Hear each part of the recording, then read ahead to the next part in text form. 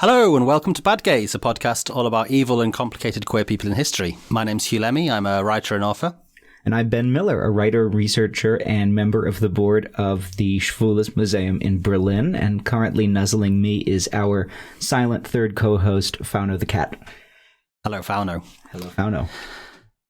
So, thanks for bearing with us. We hope you enjoyed our special over the break on Simeon Solomon. And Sasha Schneider. And hope that those of you who've been supporting us on Patreon or subscribed on Apple Podcasts have enjoyed our new monthly show, Extra Bad Gays. And if you want more of us in your life, and if you want a monthly show that comes whether we're in the middle of releasing a season or not, you can visit patreon.com/badgayspod or write in Apple Podcasts, click subscribe, and that support really does help us make the show.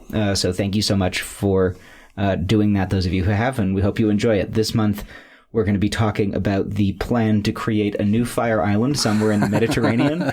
And the good news is that they have discount offers, Hugh, for influencers and gay content creators, so we can actually get our discounted Bad Gays Manor in the new Fire Island somewhere on in the chlamydia circus that they locate this place in. Well, you're mocking it, but this is going to give us another 6 seasons of material, so we should be supporting it. Absolutely. Yeah. Yeah, the Bad Gays Extra Extra Bad Gays has been really fun to do. I think last month we did a whole series on good and bad gay Christmas movies, so that's the sort of stuff we're talking about, but also more serious complex issues as well. So yeah, if you want to support the podcast and get a little bit extra in your inbox, please do go over there and subscribe to our Patreon or listen on Apple Podcasts. Please do. So Ben, without further ado, Season 7, Episode 1, who's today's bad gay? Well, you're going to like this one. So we all know the meme. Emily Blunt is gossiping with her coworker about Anne Hathaway, who is their impossibly unstylish and impossibly fat new coworker, some pissy journalist who thinks she's too good for her job, the internship at Runway magazine that every girl in New York would kill for. Then, as the music swells, Anne strides around the corner in her freshly cut, extremely 2006 vintage bangs, her lumpy cerulean sweater a thing of the past. She's wearing an oversized black tweed jacket with white trim, and, infamously, a pair of thigh-high black leather boots. Stunned, Emily asks the question, "Are you wearing Anne, the Chanel boots?" "Yeah, I am." The cultural symbol of makeover, a universal one in other words, was a pair of Chanel boots. That signaled arrival in a top tier of dressing. The whole outfit, hair, and look had changed. But the way that change was expressed, the way it could be emblematized in 3 words, was the Chanel boots. Now, the name that immediately comes to mind when we see the phrase the Chanel boots is, of course, Coco Chanel, the French-style icon and Nazi agent. Her chic suits undid the corset silhouette with elegant garments in which the new woman of the 1920s, or at least the very richest of her cousins, could move freely. Later, she was engaged by the SS to try to convince her dear friend Winston Churchill to end the war in 1943. After the war, she was prevented from being officially charged as a collaborator due to the intervention of her dear friend Winston Churchill. Oh God, didn't know that. But of course, by 2006, Coco was long dead. The lead designer of the House of Chanel had been since 1982 a different person. Someone as responsible for the admitted chicness of the thigh-high leather boots as for the absurd idea promoted by all of the characters in the film that Anne Hathaway is at any moment in the movie anything even closely resembling fat. That man was named Karl Lagerfeld, and he's the subject of today's episode.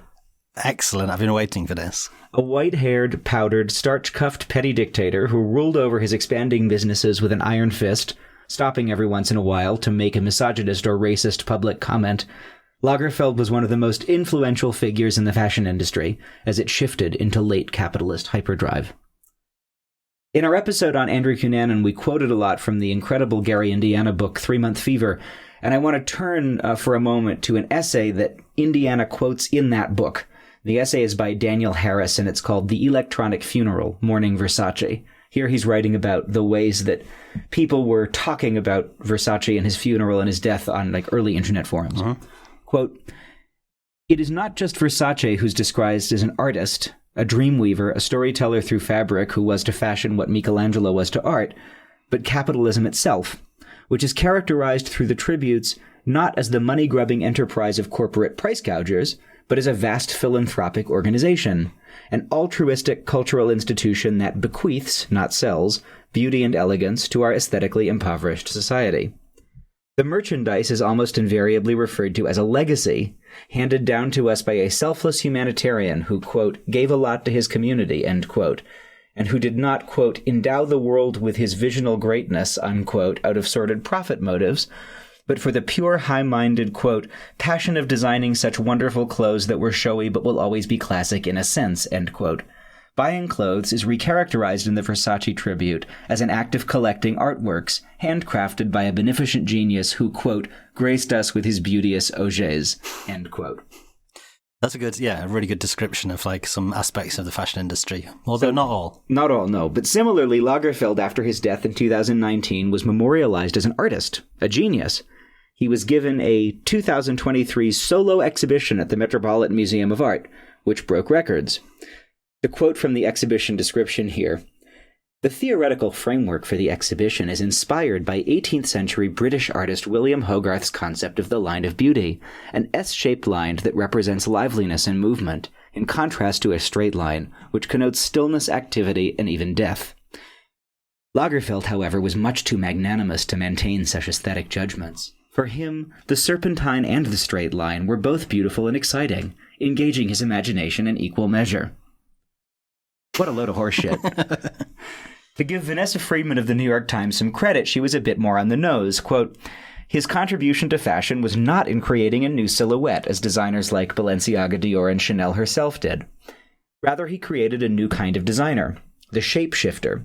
That is to say, he was the creative force who lands at the top of a heritage brand and reinvents it by identifying its sartorial semiology, and then pulls it into the present with a healthy dose of disrespect and a dollop of pop culture. In other words, a regurgitator. In other words, someone whose relevance to Chanel was less a way of dressing than, as Friedman puts it succinctly a couple paragraphs down, quote, revenues of more than $4 billion a year. Right. So I want to start our tour through Lagerfeld's life with some of what his obituaries politely called controversial comments. Quote, no one wants to see curvy women. Quote, if you don't want your pants pulled about, don't become a model. Join a nunnery, there'll always be a place for you in the convent. On Me Too, quote, I'm fed up with it. What shocks me the most in all this are the starlets who have taken 20 years to remember what happened. Quote, you've got fat mothers with their bags of chips sitting in front of the television and saying that thin models are ugly. Quote, one cannot, even if there are decades between them, kill millions of Jews so you can bring millions of their worst enemies in their place. I know someone in Germany who took a young Syrian and after 4 days he said, the greatest thing Germany invented was the Holocaust. Holy shit. Adele, quote, a little too fat, but then he clarified and he said that he actually meant it about Lana Del Rey. Heidi Klum, quote, too heavy. The Middleton sisters, quote, Kate has a nice silhouette. I like that kind of woman. I like romantic beauties. On the other hand, the sister struggles. I don't like the sister's face. She should only show her back. Quote, the hole in Social Security is due to all the diseases caught by people who are too fat. Quote, there are less than 1% of anorexic girls, but there are over 30% of girls who are big, big, big overweight, and that's much more dangerous and very bad for the health. What a prick. Quote, Coco Chanel wasn't ugly enough to be a feminist, end quote. Oh my God. But she was chic enough to be a Nazi. So these comments, all of which were written up as like controversial, or paired alongside some admittedly funny lines like, quote, sweatpants are a sign of defeat. You lost control of your life, so you bought some sweatpants. Those comments are nothing more or less than the banal, empty-headed statements of a person who neatly reflected the prejudices of a tiny and ever self-enriching global elite. The statements of a man who once said, quote, my only ambition in life is to wear size 28 jeans. Jesus Christ. So Karl Lagerfeld was born, according to Karl Lagerfeld, in 1938 to a Swede named Otto Ludwig Lagerfeld and a woman named Elizabeth of Germany. And later he went so far as to actually sue a fashion writer for publishing a book that suggested otherwise, before eventually admitting that he was born in 1933, that his father was German, and that his mother was Elizabeth of Germany in the same way that I'm Ben of Massachusetts or you're Hugh of Cumbria, which is to say that is where we're from, but you wouldn't go around calling us that.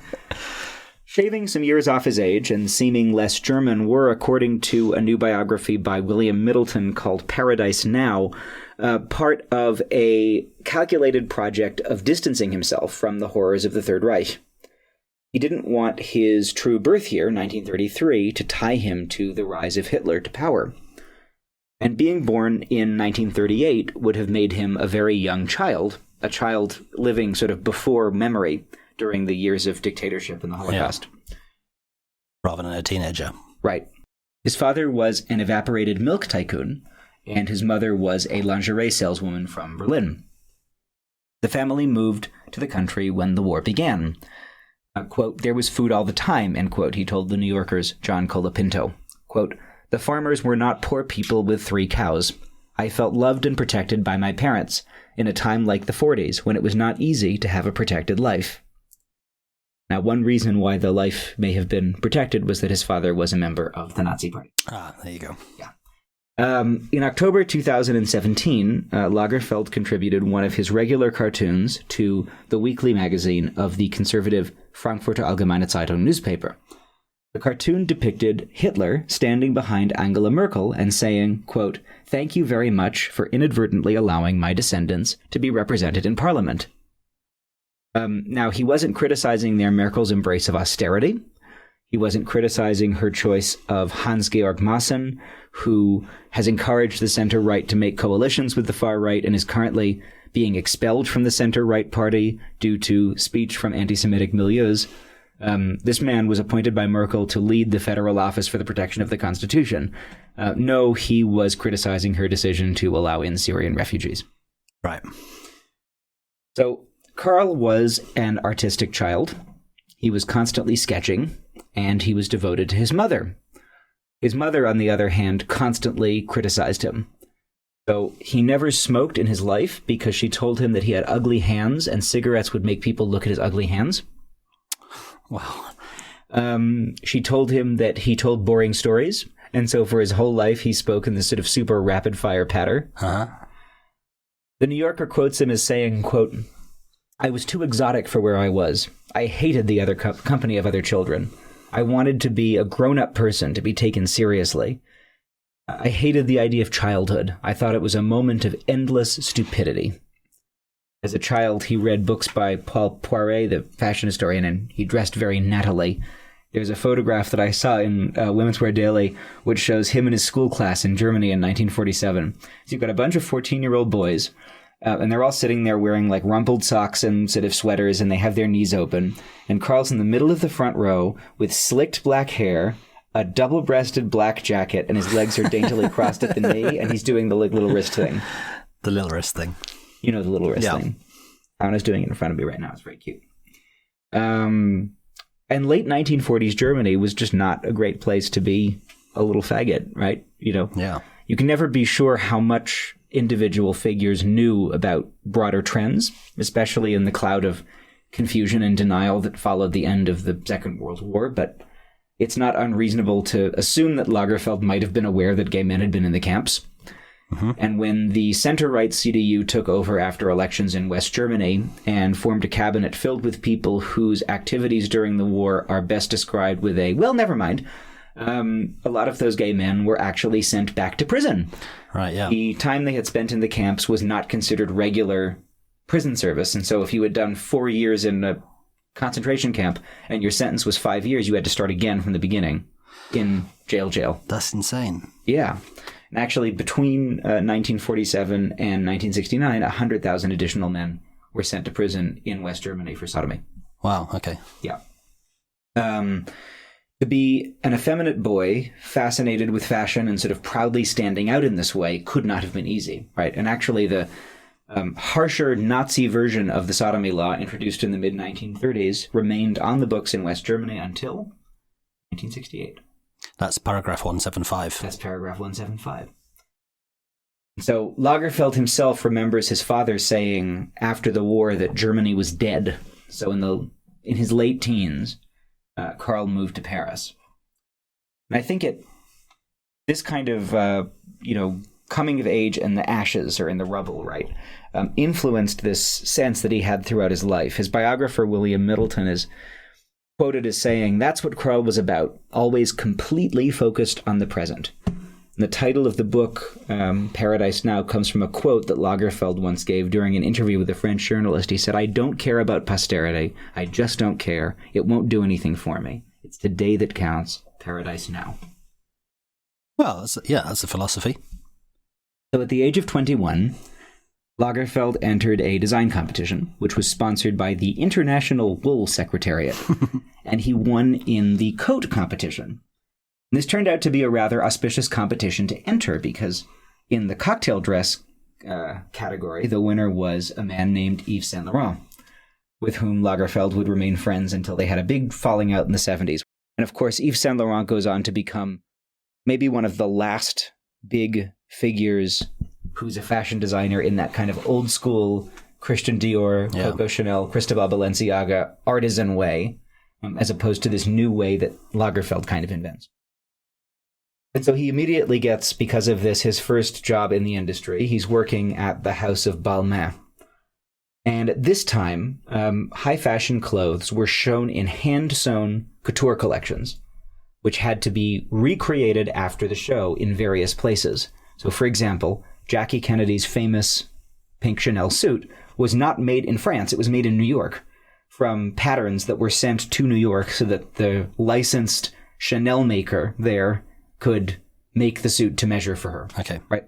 And so he had to then basically draw many, many copies of the collections after the show such that patterns could be produced and reproduced. And this is in an age before photocopiers. Mm-hmm. And so that's an extremely, obviously, arduous job. You have to sort of quickly draw many, many copies of each look, the silhouette, the details of the embroidery, all of the embellishments. And I guess he did this very well. He eventually rose quite quickly. He became the top assistant, and then he left to become the lead designer at the smaller House of Patou. This was the first of many instances where he would take over and successfully run an existing brand. Lagerfeld is probably the first fashion designer to become a household name without his own line being the place where he did the work for which he is best known. There was a House of Lagerfeld, but that's not why any of us know who he was. Now, at this time, there's a major change going on in the fashion industry. As the 1950s turned to the 60s, evolving social attitudes and prosperity helped create a youth culture. As hemlines began to rise and haircuts began to shorten, and as fashion especially began to be influenced by musical subcultures, the energy started to move. The big design action had always been in these hand-sewn couture collections. And by hand-sewn, I mean literally hand-sewn. Couture collection is created by people using nothing more high-tech than a needle and thread, not even a sewing machine. And the garments are made to measure for the individual models. Is that still the case? If something is actually couture, then yes, that is the case. Wow. And so if you order a look, if you purchase a look, that look is then recreated, specifically made to measure for you. There's no sizes. Okay. Nowadays, only the wives of oligarchs or actresses on their way to the Oscars will actually wear clothes that are made like this. Yeah. And even people who wear extremely expensive designer clothing wear what is called ready-to-wear, clothing that is mass-produced to specific sizes. Pret-a-porter. Exactly. So in the United States, ready-to-wear garments dominated the market by the 1950s. By 1951, 90% of Americans were ready to wear. In France and European high society, not just in high society, but in France in the early 1950s, a third of people were still wearing made-to-measure clothes. And this was also the low end of the market, right? This is also people who were making their clothes at home. But in high society at that time, you did not want to be wearing ready-made garments. You were wearing couture. And Lagerfeld and Yves Saint Laurent were the two pioneers of high fashion taking ready-to-wear clothes seriously. Saint Laurent was the first designer to launch a ready-to-wear collection under his own name, and he opened Rive Gauche, which was his first ready-to-wear boutique, in 1966. Now, these designs were still obviously quite expensive and out of the reach of most consumers, but it enabled several accelerating changes in the fashion industry. The first was that high fashion was being influenced from below rather than the other way around. And this has always, of course, happened to some extent, right? Coco Chanel's little black dress wouldn't have existed without the service uniforms being worn by working class women. Decades. But now the entire means of production was shifting towards the mass market. And what this did was, on the corporate side, hugely increased how much money you could make doing this. Couture clothes are eye-wateringly expensive, and they always have been, but they don't actually make that much profit for the house. Because if you think about the investment involved in hand-making, made-to-measure clothing, even at a very high price point, your profit margins aren't that high. Because the labor involved must be exactly, because incredible. You're making, sewing a whole dress, cutting the patterns, cutting the fabric, doing the edges, doing all the hemwork by hand. And designing it for such a small run. Exactly. But in ready-to-wear, even though oftentimes if you're in a higher-end store, the fabrics are nicer, the construction is of better quality, and the details are more intricate, there's just a way smaller difference in production cost between a high and low-end garment. But the high-end garment can still attract a much, much higher price because of trend and brand. Right?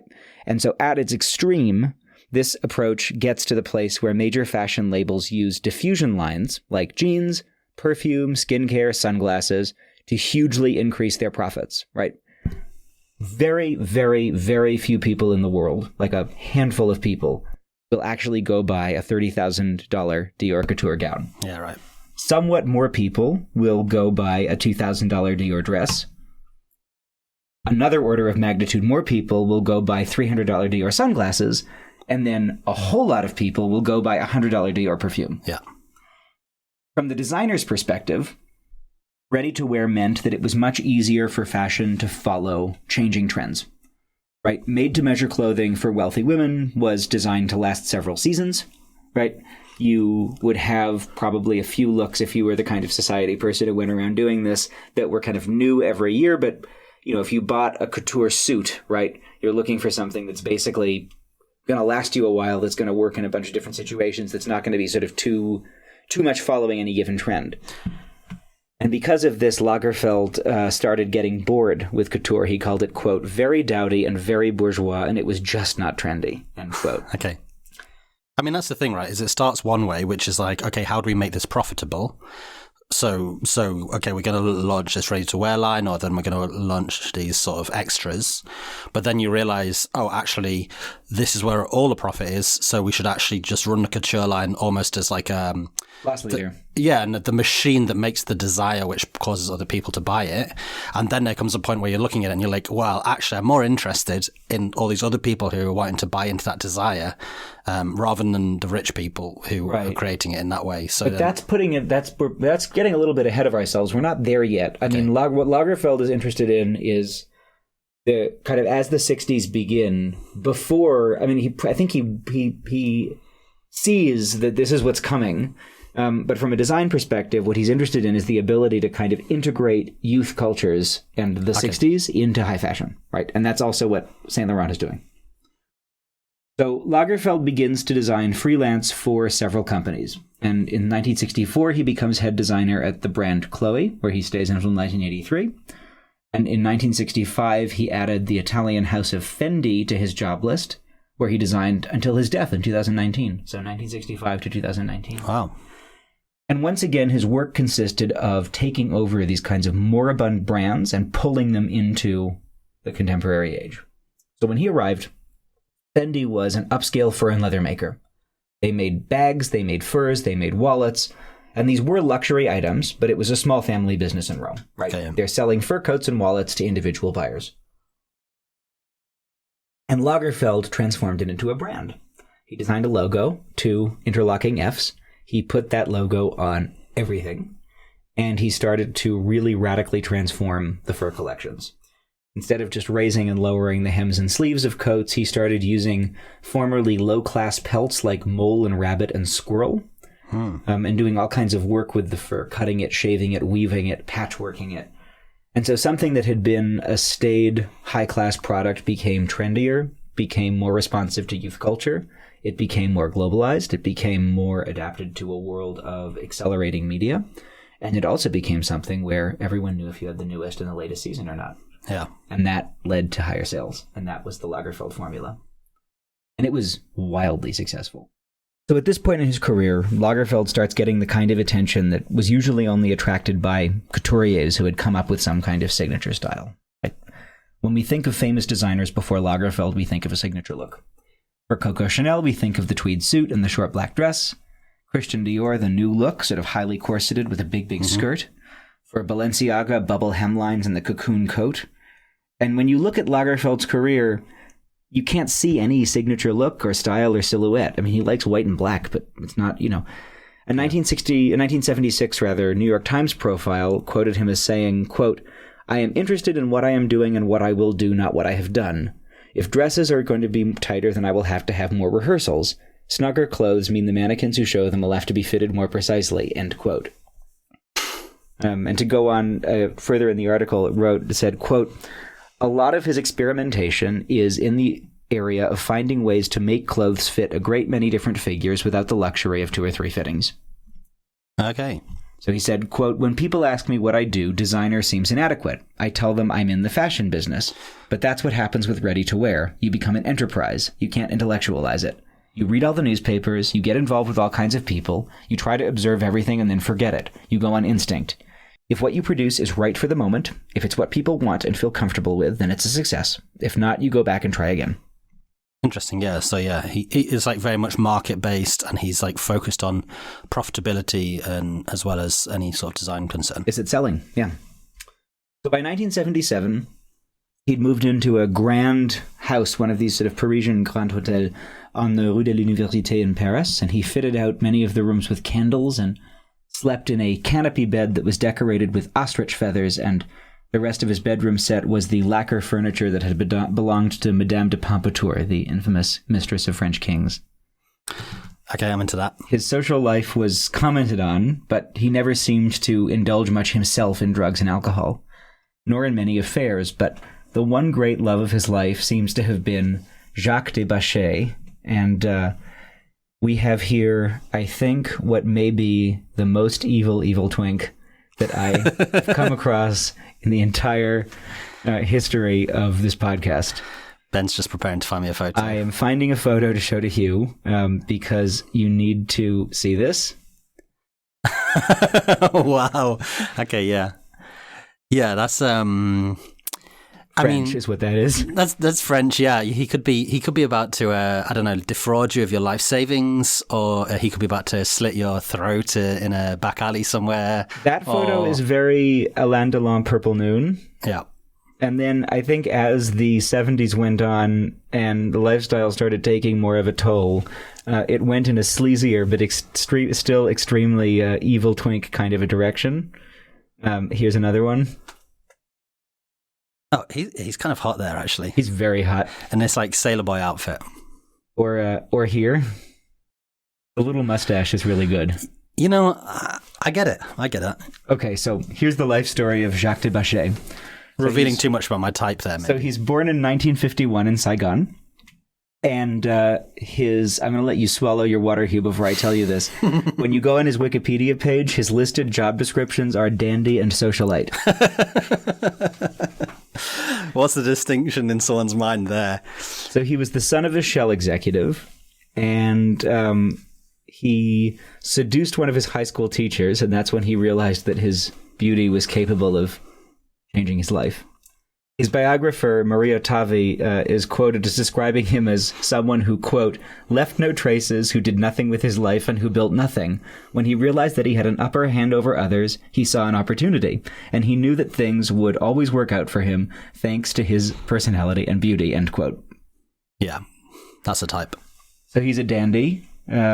He's very indifferent to the world. Tavi says, quote, well, he operated within society. He made sure never to succumb to its obligations. Money, work, and ordinary realities were not among his preoccupations, end quote. Lagerfeld said, quote, Jacques, when he was young, was a devil with Garbo's face. He didn't dress like anyone. He was ahead of everyone. He made me laugh more than anyone. He was the opposite of me. He was also impossible and despicable. He was perfect. He sparked incredible cases of jealousy, end quote. Yeah, he's a courtesan. He has some sort of social function. So he's born in Tahiti. He serves in the military, but was quickly sentenced to a month's imprisonment in Tahiti for, quote, provocative behavior. and then got a job as a flight attendant for Air France. Okay. And that was how at 21 he met Karl Lagerfeld. That's a job. He met Karl Lagerfeld in 1972, quickly quit his job. Okay. And for the next 18 years, the two lived together. Both Ottavi and Lagerfeld insist that the two never actually slept together. Okay. And I think Karl Lagerfeld may have been the only person in Paris in the 1970s that Jacques de Bascher did not have sex with. But does he say why? He does, and I'll get into it. Lagerfeld paid all the bills. Ottavi said, quote, "Karl is not a socialist and has said so many times, but I know very few leftists with that much generosity." And so Jacques de Bascher was bisexual and spent most of his time having sex with both men and women. Uh-huh. They had in the house a never-used Harley-Davidson motorcycle just so they could do cocaine off the mirrors. Ottavi was trying to describe his type, and she wrote, quote, "The cop, the defrocked priest, the tennis player, the mustachioed actor, the squire from the equestrian club, and the entire fire station," end quote. You know what? If we have to have the rich, I much prefer this to the sort of like tech bro, wearing a t-shirt. Okay, wait for this one. One time he took the Concorde to New York from Paris to go to the mine shaft to have sex with Foucault. Great. I mean, yeah, at least he's using it. On October 24th, 1977, he invited 1,500 people to, quote, "dress in an absolutely mandatory tragic black outfit," end quote, to come over to his house and watch a fist fucking.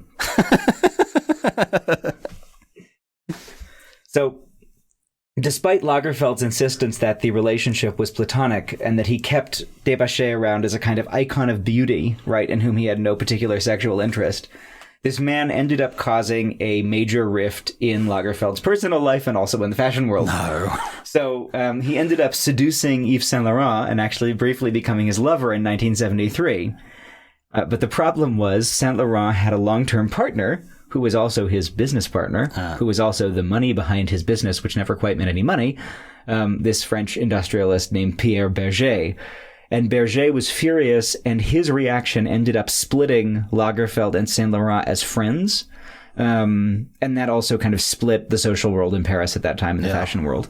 Lagerfeld himself apparently didn't care about the affair, but he was really mad at Berger for breaking his friendship with Yves Saint Laurent.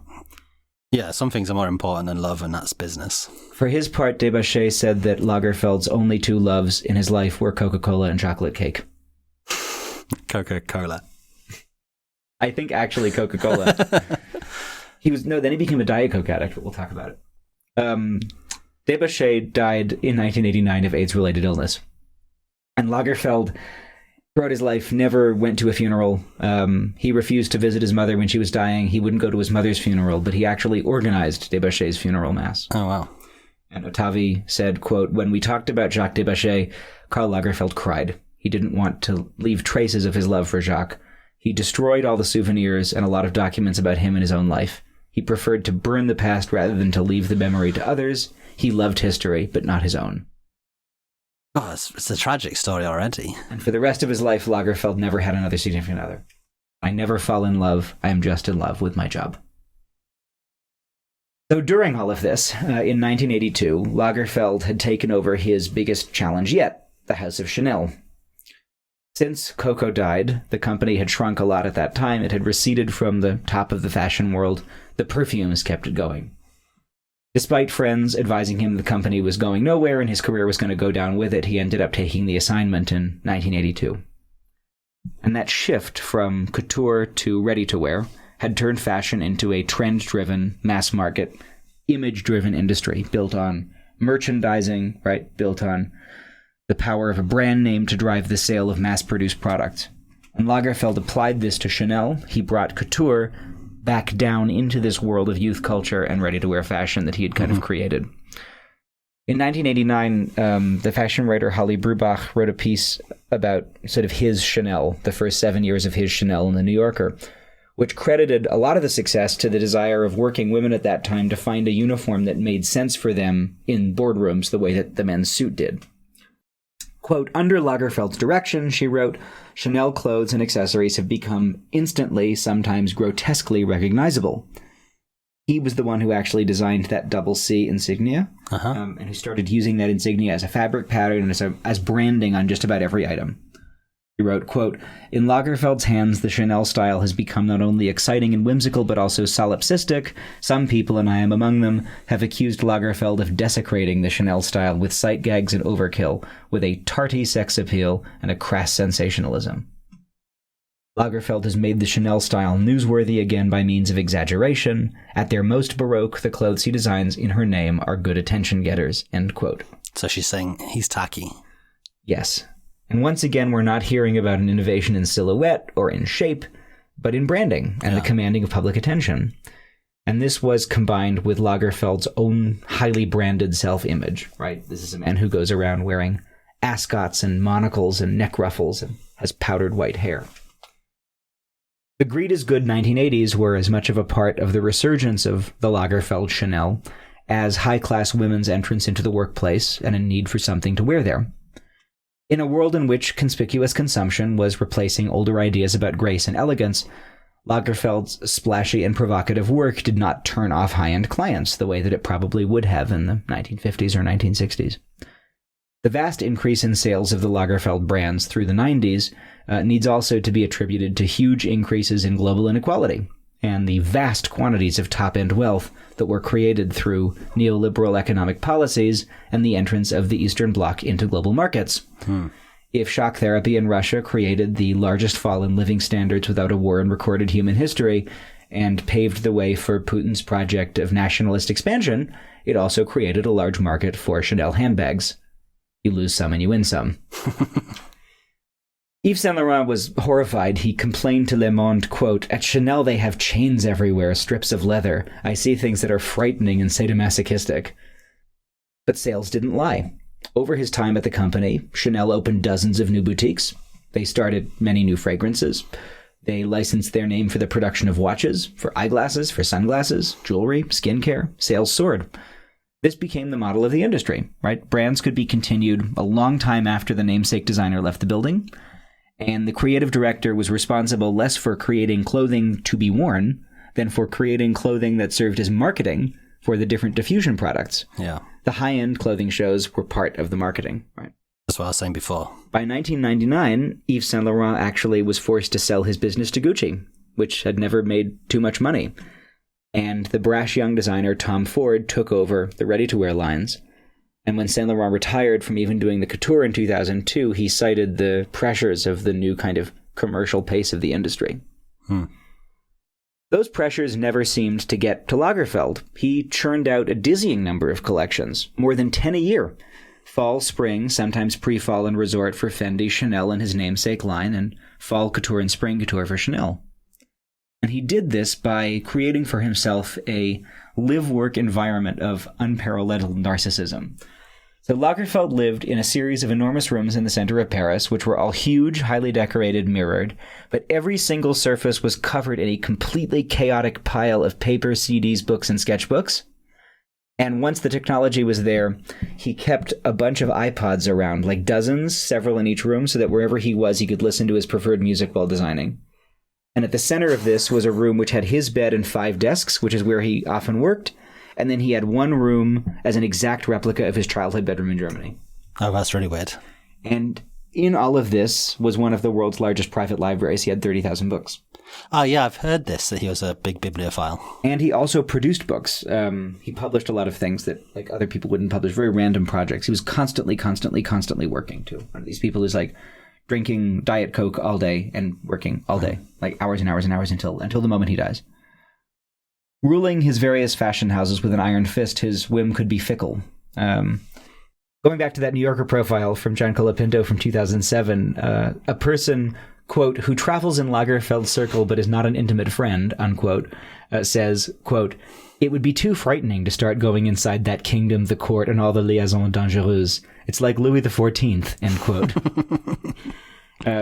Everyone in the entourage apparently knew stories of former favorites who were kicked away because they had begun to bore him because they betrayed him. This made Colapinto wrote for, quote, "an anxious atmosphere." describing a dinner. Colombe Pringle, the editor of French Vogue from 1987 to 1994, who has known Lagerfeld for more than 30 years, strained in her seat to see the head table where his and the princess's chairs sat empty. Turning back to her table mates, she said, "It's opera, they're building something. So everyone's wondering, why isn't he here? It's 10 p.m. She laughed. Karl is on stage. When Pringle was asked if she considered herself a friend of Lagerfeld's, she frowned.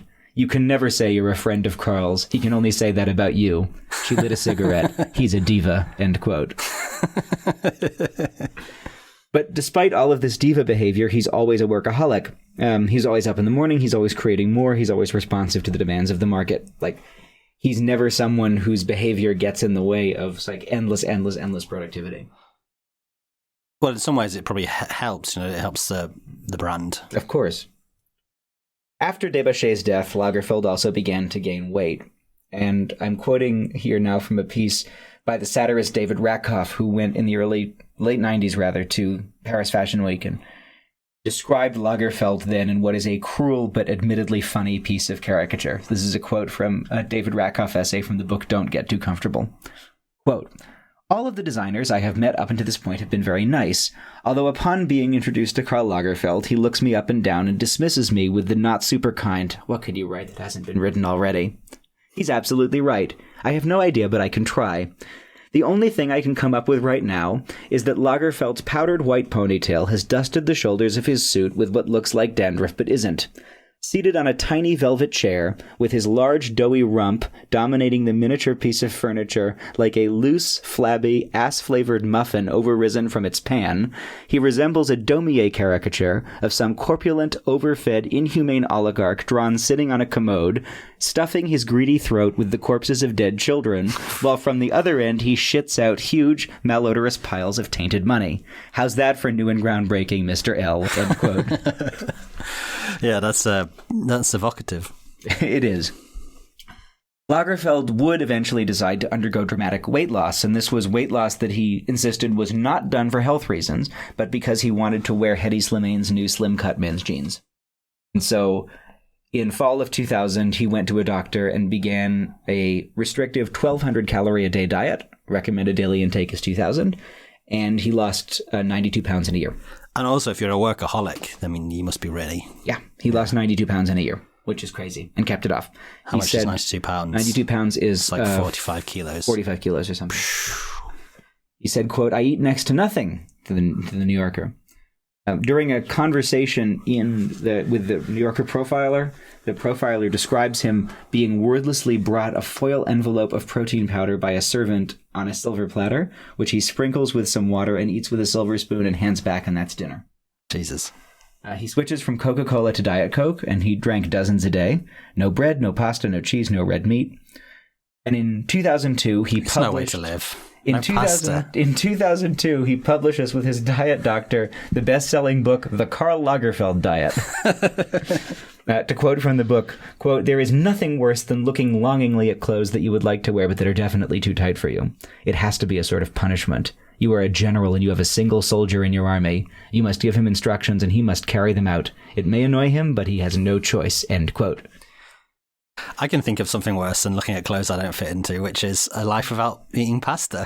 I mean, the diet book does include some recipes, and these are recipes that hopefully will help out the many working people who are seeking to improve their health. Recipes including roast guinea fowl and quail flambé. Oh, that sounds nice, yeah. And if you want to hear more about the Karl Lagerfeld diet, there's a really funny episode of the podcast Maintenance Phase where they read the book and talk about it, and it's very, very funny if you want to go there. And so this dramatic weight loss coincides with his final phase of kind of total media celebrity. And this is the sort of high starched collar, lots of jewelry figure that you see when you close your eyes and you think Karl Lagerfeld. Mm-hmm. In 2004, he did a diffusion line with H&M. It sold out in 2 days. And he became a global celebrity, and his every statement was sort of breathlessly reported on in the press. So let's return to those statements. On Me Too, quote, "I'm fed up with it. What shocks me the most in all of this are the starlets who have taken 20 years to remember what happened." Quote, "You've got fat mothers with their bags of chips sitting in front of the television and saying that thin models are ugly." I love how mother is an insult in that. Yes. Quote, One cannot, even if there are decades between them, kill millions of Jews so you can bring millions of their worst enemies in their place. End quote. Heidi Klum, too heavy. Pippa Middleton, she should only show her back. Coco Chanel, not ugly enough to be a feminist. These are not great truths, or funny jokes, or daring statements that speak truth to power, but the banal opinions of a banal person born into immense privilege in Nazi Germany, who spent his life making himself and some already wealthy people even wealthier. Unlike many other fashion designers, he did this without making much of a mark on the way clothes appear or were constructed.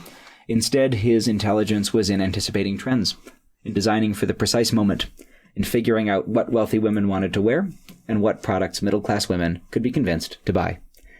He kept up his madcap schedule until his health began to fail in January of 2019. In February of that year, he was admitted to hospital where he died. He refused a funeral. He had his ashes scattered near the grave of Jacques de Bascher, and he left more than 1 million euros to his cat Choupette. He has 263,000 followers on Instagram, and the most recent photograph of her there, as of this recording, shows her flying in a private jet. Oh, God. Well, I don't know, you've humanised him at the end there, because I'd give £1 million to Fauno. Fauno's much cuter than Choupette. You're listening to Bad Gays, a podcast all about evil and complicated queer people in history, and we'd just like to take a moment to thank all our supporters over on Patreon. Yeah, it wouldn't be possible without you, and that's why we now have, for Patreon supporters and Apple Podcast subscribers, a new monthly podcast called Extra Bad Gays, and that's where we have more informal but still informed conversations about hot topics, current issues, current events, current culture, but we do it with that same analysis that makes the show. So this last month, we just talked about this new gay Fire Island nightmare community that they want to build in the Mediterranean. But it ended up becoming a much deeper conversation about the history of gentrification, about gay men's complicity in it, about how it affects queer communities. And that's the kind of analysis you can expect from the show, along with, episodes about Diva Down George Santos and our favorite and least favorite gay Christmas movies. And if you still feel like you haven't had your fill of Bad Gays, why not check out our book, which is available now, Bad Gays: A Homosexual History, in hardback or paperback. And it's also now available in Italian translation and coming soon in Thai and in Spanish. And that's at badgayspod.com/book. And our Patreon is patreon.com/badgayspod, or click subscribe in Apple Podcasts. Back to the show. Well, thanks, Ben. That's fascinating and, in retrospect, really quite tragic life, I think. It is, yeah. It's a very old school kind of gay, right? This kind of sublimated, Yeah, definitely. Okay, so I've got a few questions I want to ask.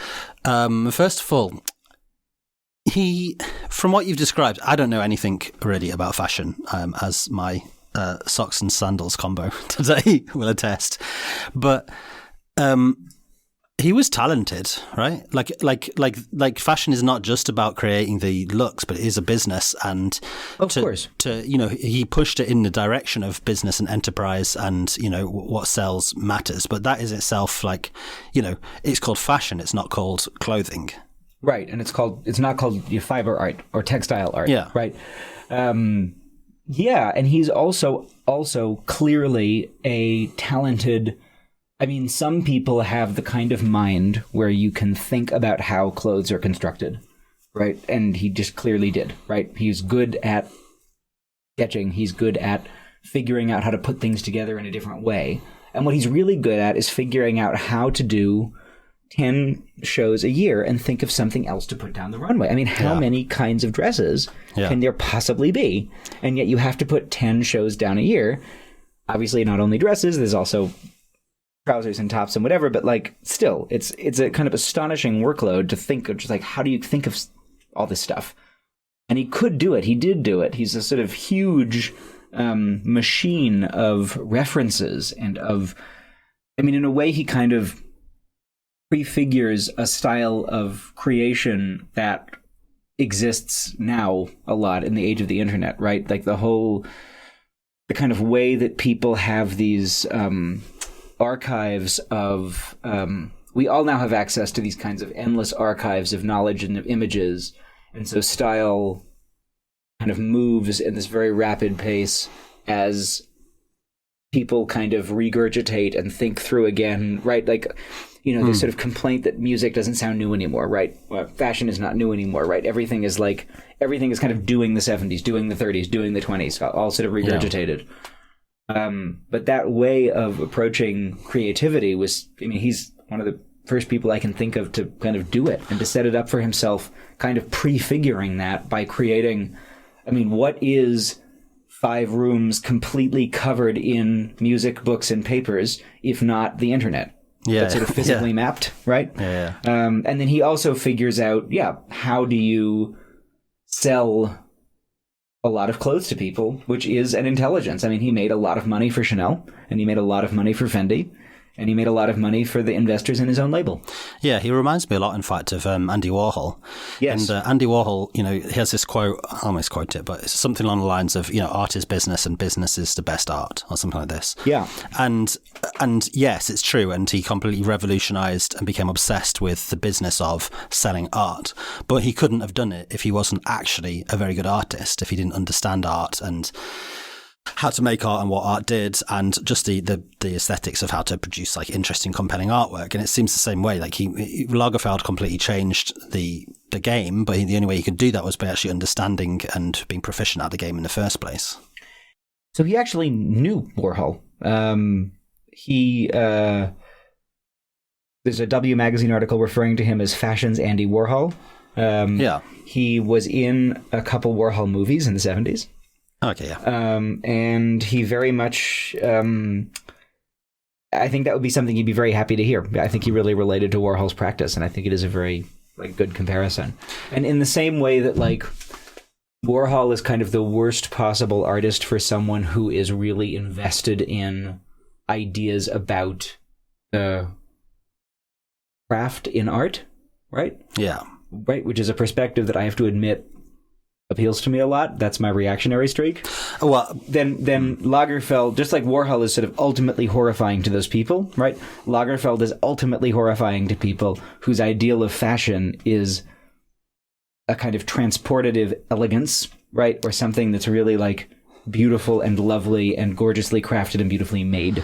But I know I'm going to disagree with you on that, because Warhol is probably the antithesis of what it is for someone who believes that art as having some sort of truth or meaning.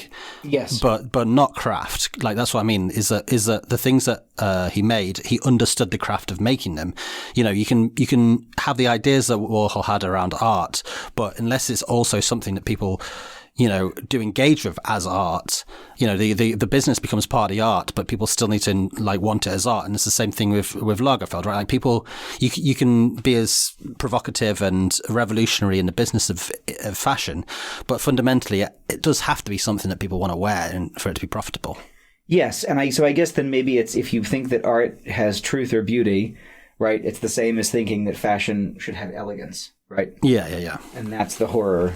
That's the horror that kind of comes up. And I'll admit that, and again, to go back to my hopefully endearing reactionary streak, that I kind of do like art to have truth and fashion to have elegance. But that's just me. Yeah. I certainly don't think that either of those things are moral values. I'm perfectly happy to discuss them as aesthetic preferences, but they are aesthetic preferences. And that's why, when I look through these archives of Lagerfeld's work, there's nothing that I look at and think, wow.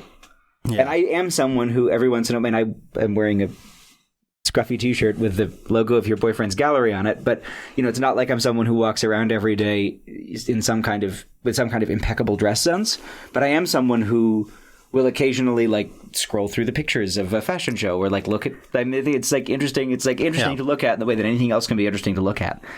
And I never found Lagerfeld stuff particularly interesting to look at. I just think it's very it's always extremely of its moment. There's something very crass about it. There's something very ugly often about it.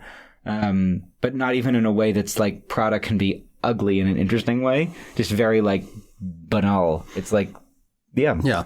But then, you're not the market. I'm not our target audience. No, I'm not going to buy a Chanel suit as much as everyone wants to see me in one. Onto more the issue of bad, I guess. Because the quotes you had are obviously fucking appalling, and just like also like dumb. Oh, he put models in blackface and yellowface. Yeah, also, just like dumb, like, offensive, just, like cruel and mean, etc., etc. But some there's obviously one thing that sticks out, which is perhaps like, well, A, it's interesting because he was fat at one point.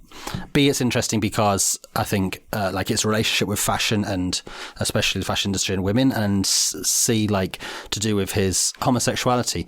So yeah, I guess I'm kind of interested in this model of the sort of misogynist and often fat phobic model of a certain type of gay man who works in fashion, for whom women are like, you know, loves women but actually is cruel, etc., etc. And like, it's a stereotype, but I think it's a stereotype which has some sort of I love women like Liza Minnelli, and no, not even like that. Just like, oh, I love women; they're so elegant, blah blah blah. But then isn't very cruel. You know, so they don't love women. Women are sort of dolls for their clothes, Barbie dolls. Yeah, and to the degree to which they can sort of get away with that within popular culture, up until relatively recently, I think, because of the gay becomes like a pass, you know, for this like misogynistic way of treating women, and especially of talking about women and their body image. Absolutely. I mean, I think if you think about this kind of very gay, complicated relationship with mommy, right? Nothing is gayer than mommy issues.